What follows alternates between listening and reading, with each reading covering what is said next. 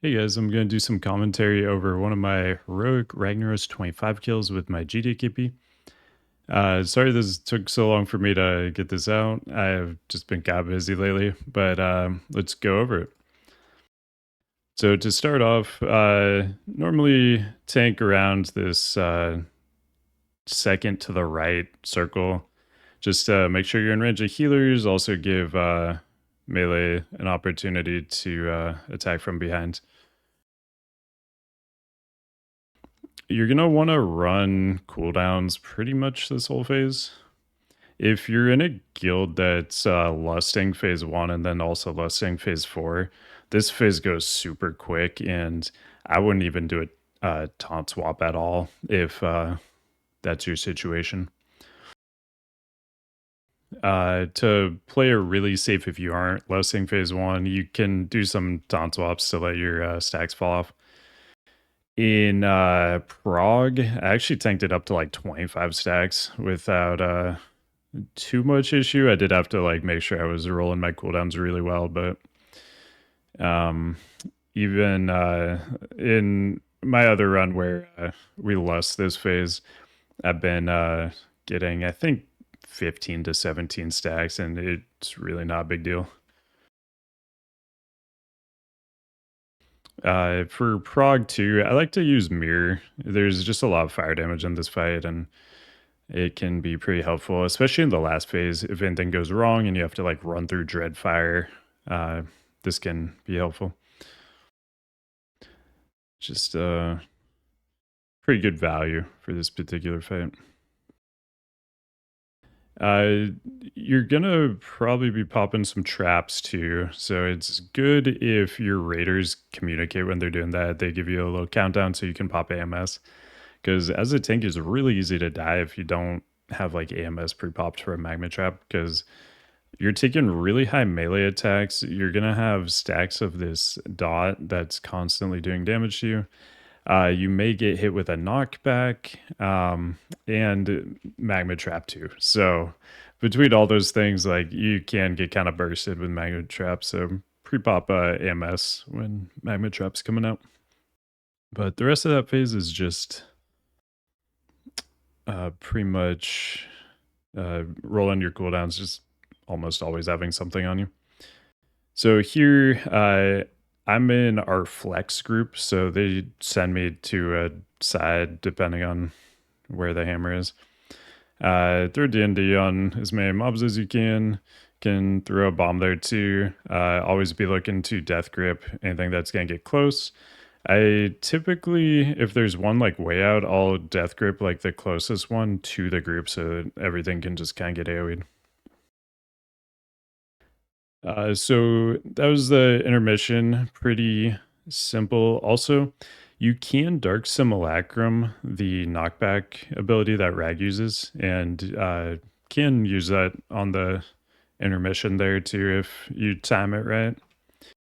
So here we get the seeds. You're probably used to this by now, but basically the whole group needs to move at the same time. It's easy if you have somebody calling it out, because every group I've been in, not everybody has Foji, or like some people have DBM, some people have Foji. So it's good if one person just is on top of calling that out to keep it consistent.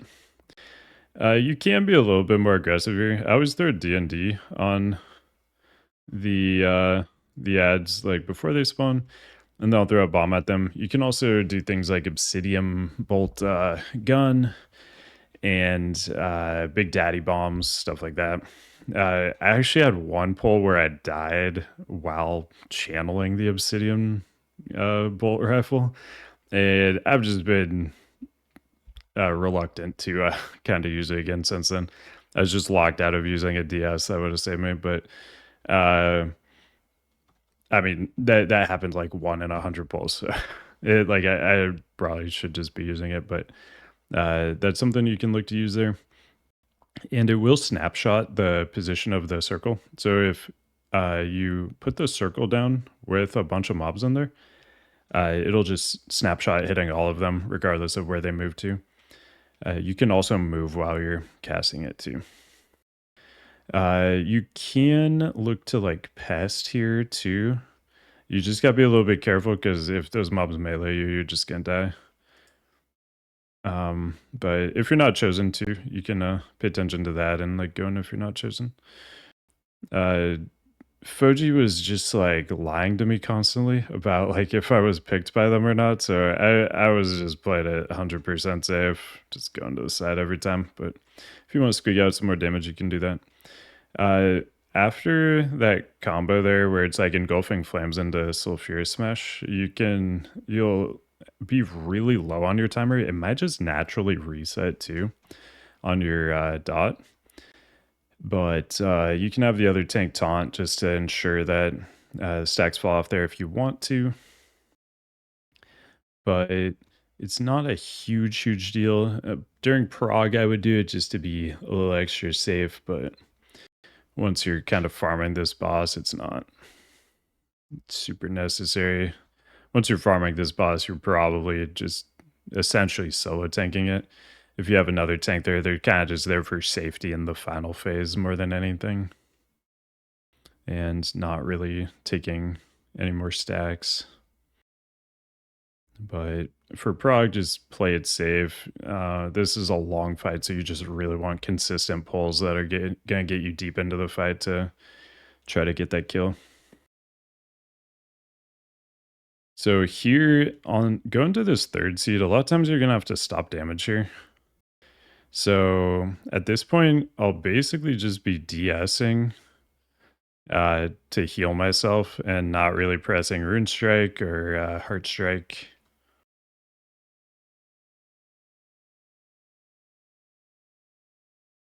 And pretty much the entire fight, you're just trying to have some kind of cooldown on you. Bone Shield lasts a long time on this fight usually because he spends so much time like casting stuff, especially in this phase and the next phase. Like engulfing flames during this time, you're not losing Bone Shield charges.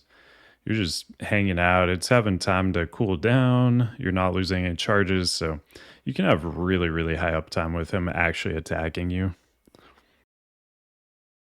So this final one, I since I'm in the flex group, I always take the lava scion on the flex group side. So we're kind of waiting on the call for where I'm going there. If you want to, you can just have a set spot for each tank.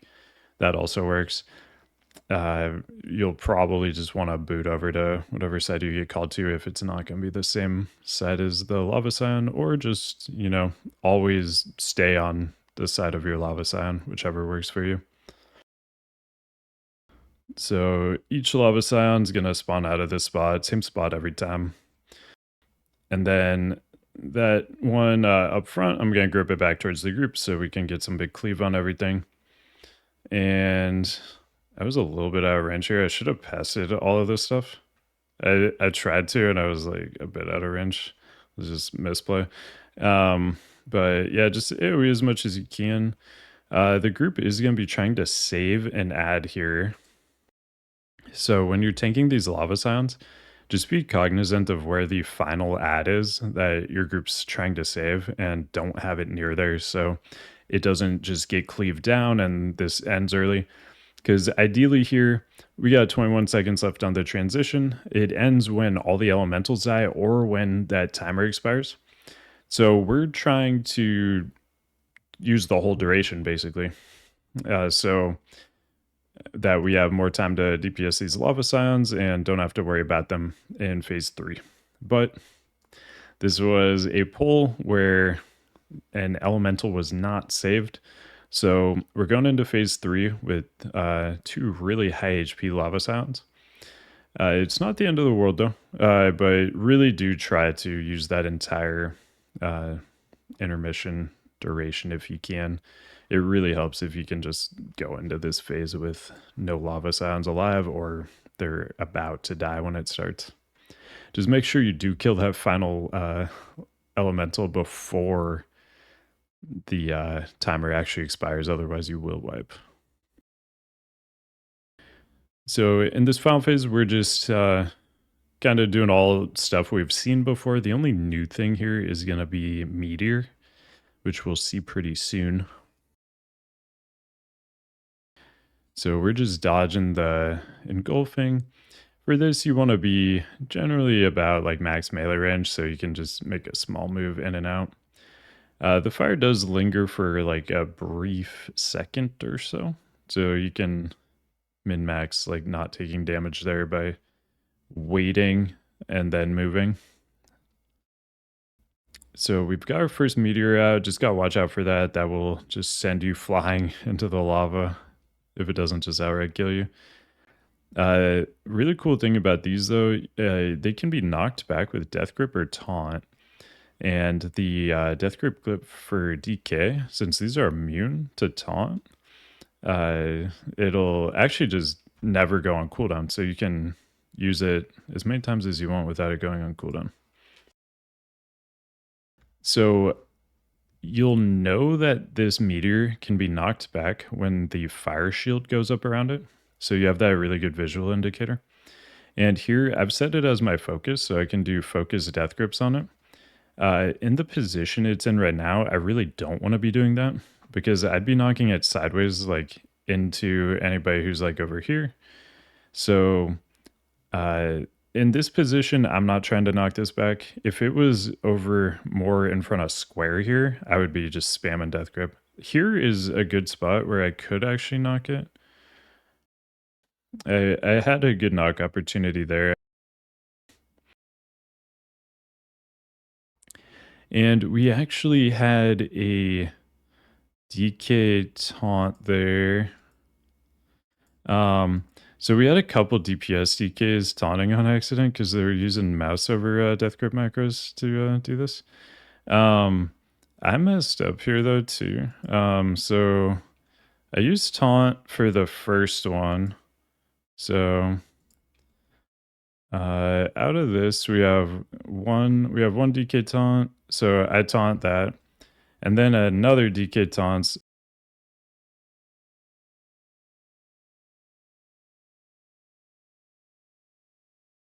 Ideally the DPS DKs aren't just constantly taunting the boss. But you could look out for that because it may happen.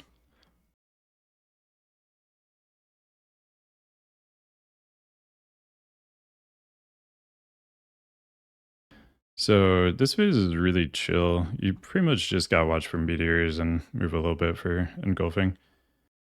And the stacks aren't really gonna be too big of a deal here because he's spending so much time doing engulfing and hammers this phase.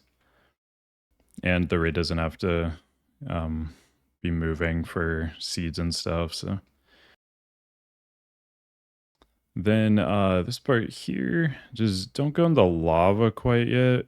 We actually had an issue where one of our hunters went in early and then the magma like filled over and they just got stuck underneath. So just wait for that to actually become solid ground first.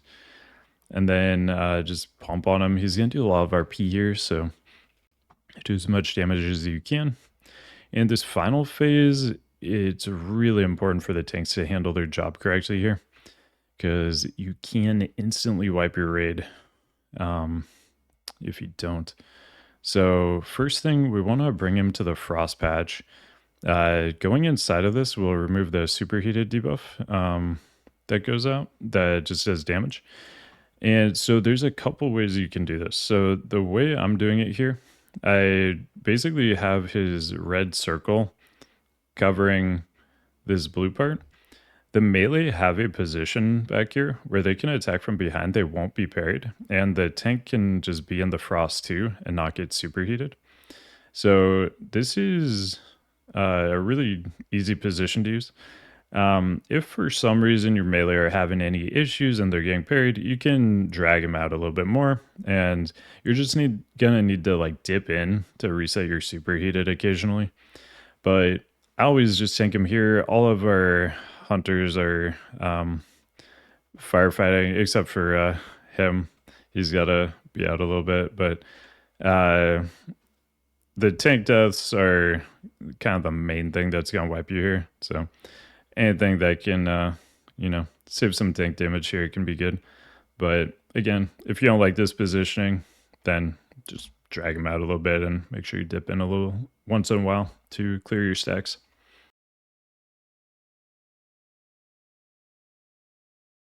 It is really important though. The easiest way is just you look as a red circle and kind of have that cover the blue circle. Just be in line with that. So there's going to be meteors coming towards the red, so you can always take a look at those. And, you know, if the fire shield's up and it looks like it's not getting knocked back, you can throw your taunts to knock it back. So the roots here, this is like the main thing you got to be looking for as a tank. And over here, you can look at this guy. He's the one casting the roots, and the direction he's facing is where the roots are going to show up. So we can see he's facing that way. So we know the roots are coming somewhere in this line. And not coming, this is the most important thing. They're not coming this way. Because if they cast the roots directly on Rag, it's going to mess up the Empower Sulfurous kite that we're trying to do. So really keep an eye on that guy, because that's going to help you a lot. So he casted like right in front of himself. Rag's far enough away. Rag does have a huge hitbox, so you really got to watch these roots. Like if this had been cast even about like right here, that would be a little bit dangerous. Rag might instantly take that, but for sure anything in here, Rag's gonna like instantly take, and you want to make sure you avoid that. So some ways to avoid this if it is a bad root.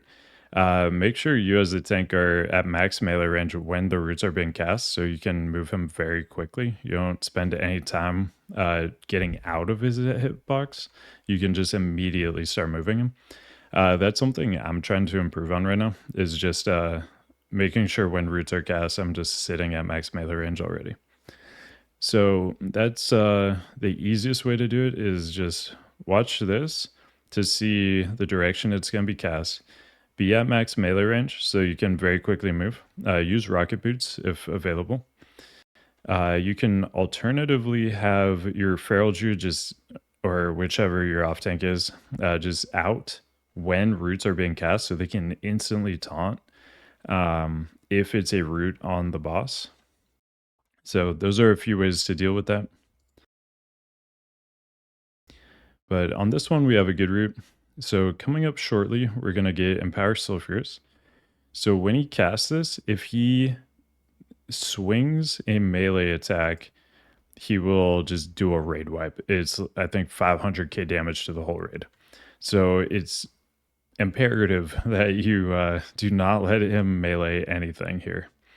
So what I do to just be really, really safe, we have the Feral Druid go over to the roots, taunt it into the roots, make sure like roots are between, you know, Rag and the Feral.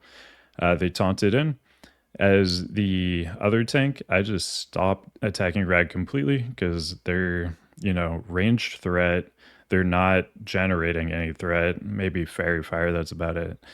So just do not attack the boss here to play it safe. And because if you rip and Rag turns and melees you, you're just gonna die. The whole raid's gonna die. And also, to be really, really safe, I'll often like just run out of melee range so that if the off tank dies, I'll be the next on threat and Rag would just melee me next. So by going out to like a little bit further, if for some reason the off tank dies, you still have time to kite him. He won't just instantly turn to you and wipe the raid. So here the meteor unfortunately got knocked back. So we taunt as soon as he gets rooted, we taunt Rag and cover the taunt with like Death Strike that just guarantees you have enough threat after you do the taunt, so the Feral won't rip back. Each time it gets rooted, you're gonna let a meteor come into the frost. It takes amplified damage, just help kill that. You don't want to be hitting Rag during that time anyway as a tank because you don't want to rip, so just keep an eye on that. And here, Rag was pretty close. So I moved him just slightly, just to be safe. In the other position, he might have instantly eaten that root. So here, just call. It's helpful if you just, help the other tank stay on top of things and kind of call out when it's almost time to taunt, just to make sure nothing weird happens. Everybody's on the same page. As you're moving to, always like look to use cooldowns there. That's a time you could potentially die. So I'm trying to position him in the frost here. I kind of ran out of room. His hitbox is like so annoying. But here, this is a good position where the melee can stand behind without getting parried. We have more roots coming out. We got another good one, super far away. Again, I would really recommend you're at max melee range when those are casting. And if your Feral Druid just goes, out to range in the opposite direction, that is probably the safest way to kind of guarantee that you have a really good chance of Ragnarking insta-rooted, even if you get a bad root spawn.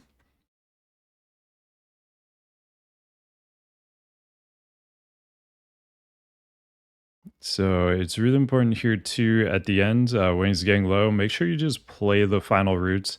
Don't try to be like, oh, he's like low HP. We don't really need to, worry about Empower Sulfurs. Just play it out. Make sure you're, handling each root. The worst thing that could happen is, you wipe out 1% because you were like, oh, we're just going to kill it before Empower Sulfurs matters. So yeah, just play this route. I'm playing it super safe, making sure I'm out of melee range and not attacking him.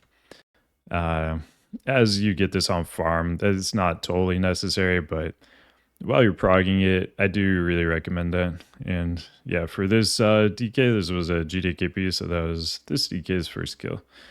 And I got the Sulfurous, which was pretty great.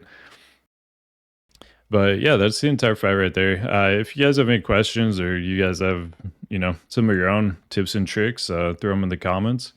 That always helps other people out too. And it's a tough fight. So, people can use all the help they can get, I think, on this one. But on 10-man, this fight is really similar. It's actually pretty much the exact same fight.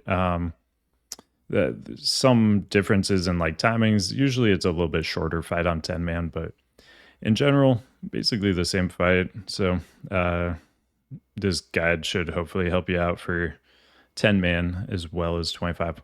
But thanks for watching, guys. If you want to help me out, you can like, comment, and subscribe. But I will see you guys in the next one. Thanks for watching.